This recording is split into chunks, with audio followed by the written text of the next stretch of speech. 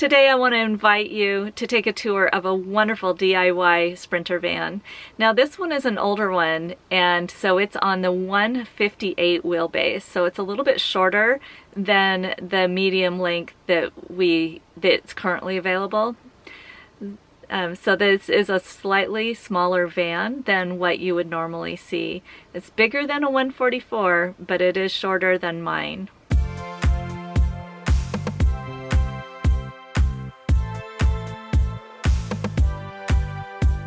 Hello, we are Jon and Melissa. Hello. We are full-time in the van now for about 16 months. Mm-hmm. This is our 2005 long wheelbase high roof Sprinter. For 2005, that means 158-inch wheelbase. And this is our beautiful home on wheels that we just decided 9 to 5 in corporate life wasn't for us. Mm-hmm. Out of nowhere, decided to buy this from a mom and pop plumbing company. Turned into this on our weekends. Took us 6 months of weekends while we were working full time to complete it, and we've been doing it ever since. Our first week of freedom, we finished everything up and then skipped out. Sweet. Yeah, so this is our leaving corporate life right here. Yes. Excellent. And how long have you been on the road? We've been on the road for about 16 months right now. We do really enjoy backpacking, so we took a 4-month or almost 5-month break, and we thru-hiked the Appalachian Trail this year. If you're not familiar with that trail, it's on the East Coast, about 2,200 miles long. I work in IT. Other than 9th grade shop class, I've never touched a saw in my entire life. YouTube is phenomenal. YouTube is wonderful. Yes. Get ready to be a little frustrated if you're not a woodworker, but you can pick up online, forums, YouTube. If I can do this, I know this is a phrase, but it's not a joke. If I can do this, anybody can do it. My friends all laughed when they heard I was going to pick up a saw. We built everything by hand. I picked out all of the decor and got, like the backsplash up and helped put up the paneling and all that kind of stuff. Okay. So I did have a little bit of design. My full-time assistant. Yes, knowledge, so. Excellent. But actually, I got pretty good on the saw too, didn't I? Yes. Yeah. You do learn. Yes. We'll give you a brief little tour here of our 70 square feet. Yes. Excellent. Now the nice thing here is this is a lagoon. Swivel table, so it swivels 9 ways. It can be a work table on the bed. It can be a work table for both of us and a dinner table. You can move this right here, and you just slide it down to the height that's needed. That way, we can work on the bed, and also turns into kitchen or anything else. Rests right on here for us. Extra space in case I need it for cooking or Nice. prepping. One little benefit that we both have, if you will, is we're not the tallest people. 5'8", 5'2". So we were in a Sprinter able to put our bed side to side. That gave us 10 more inches of the van back. This is a pretty standard RV bed. It's called a short queen in RVs everywhere, but since we're able to do side to side, we gained a little bit more. These are phenomenal, by the way. They're great. Yeah. You can just move it around any way you want. I love them. And they have a second mounting bracket, so we have a back there as well that we can use. But because of the shorts, we have 2 huge benches full of everything, from food storage to games, extra everything. That is a lot of square footage we gained for the bed. And this one is our some of our food storage. Yep. So all of our dry storage and such. Yep. Canned goods and Ziplocs and all kind of stuff. We really didn't know how to downsize from the house right away, so we did full cabinets all the way across. They are phenomenal. We have food in the first 2. This is Hallis, our lovely travel mates. Yes. This is our dogs. Puppy stuff. Yes. Missy has 2, of course. I have 1 for clothing. That's how it all works. Yes. And for all of these top items, instead of using the pressure locks for marine or boats, one of our friends that has a bunch of kids said, why not go get child locks? $20 for everything, and they work phenomenal. I go down the craziest gravel roads. When we're parked, you can just keep it unlocked, or when you're on the road, it doesn't and they work phenomenal. If anybody's building out there and you don't want to spend all the money for marine locks, child locks is a perfect secret. Great way to go. So I built this countertop myself, and this box here. This is an IKEA. Yeah, countertop. On this size, we just chopped down an IKEA with a table saw. We built these. I painted those. I'll just. We tried to go light, so everything. A lot of the supports are 2x2 instead of 4x4, and high quality pressure close holds it well. Missy's work here for the backsplash. The backsplash. Those are the actual stick tiles from Home Depot. They worked wonders. They've been up for as long as we've been in here and haven't had any problems with them. Nice. Did you insulate your van? We did. Van installation for people out there, it's all over the place. For cost and R value, for warmth, we went with polyiso board. That is a pressed foam with the highest R value. And the back side of that board also has its own vapor barrier if you use high quality HVAC tape to finish it. So the ceiling is 1.5 inches of pressed board. The walls are 2 inch and the floor is 1 inch. A simple HVAC tape makes that vapor barrier all the way around. And then we have a 1.5 inch pressure treated boards underneath our flooring. We do travel with a 65-pound black lab. Flooring was something we talked about for a long time.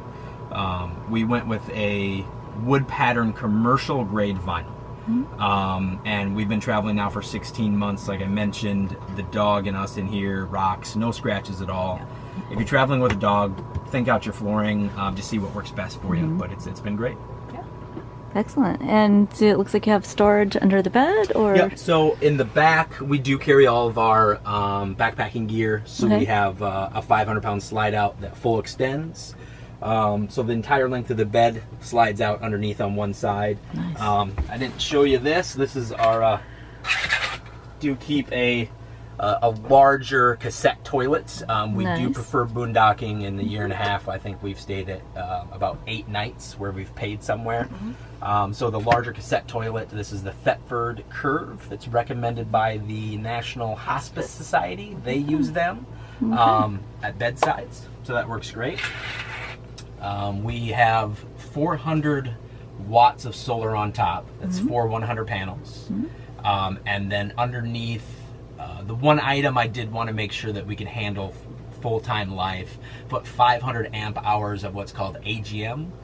Lithium is not in our budget. Batteries underneath, so we do not have shore hookup. We did not put any electricity on the outside to hook up to, so we've been solar only for 16 months. No issues whatsoever running everything in the van. Nice.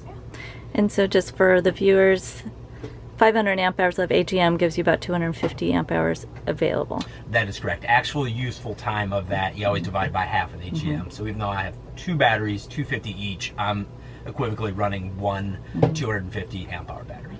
Yeah. We have a Jetboil Genesis, which is has 2 burners, and so it folds up real nice. It's in a here it is. Yeah, it's right here. It's in a little case, and then we usually keep it inside the smaller bench here when we're traveling. But yeah, we basically set this up, and I have like a chopping board that I'll have out, you know, all my stuff here. We use the counter space there, and it gives us the capability to cook inside and out. Most viewers might be more familiar with your Coleman and stuff name brands. Jetboil is a very high-end brand that's actually a lot for outdoor backpacking people. So it's nice and portable. Yeah. Nice. And then you have a big Dometic here. Yes. So can you show us that? Our 65-liter, what they call dual zone, so it does have the freezer. We just resupplied at Walmart, so welcome to our very full fridge. Full. Yes. When we actually stopped it back at our house, or now our family's house, much to my surprise, this filled their fridge when we brought everything inside to defrost this. But it does have a freezer side, so we can carry ice cream and a lot of frozen vegetables and stuff on the road, which having a freezer on the road is a major benefit. Yeah, very much But yeah, this is 65 liter Dometic, which is just been phenomenal. What a great product and great company to work with, actually. We spent a year with a very popular product called a Mr. Buddy heater. We really like to backpack and hike. We had to run out of a couple spots when it got really cold. But after a year of the Mr. Buddy, I just don't think it was getting done for us. Propane causes a little bit too much moisture, and it was making the walls a little moist, and so we really didn't like that part of it. Tried to stay around a hiking trail that was going to be 5 degrees overnight, which required a lot of Mr. Buddy on high, and the moisture wasn't cutting it for me in that case. So we decided just to finally, this is a long haul for us. We hope to do this for many years, and we installed a diesel heater. All the Mercedes are diesel vans, so we have a heater that sips off my 40-gallon tank.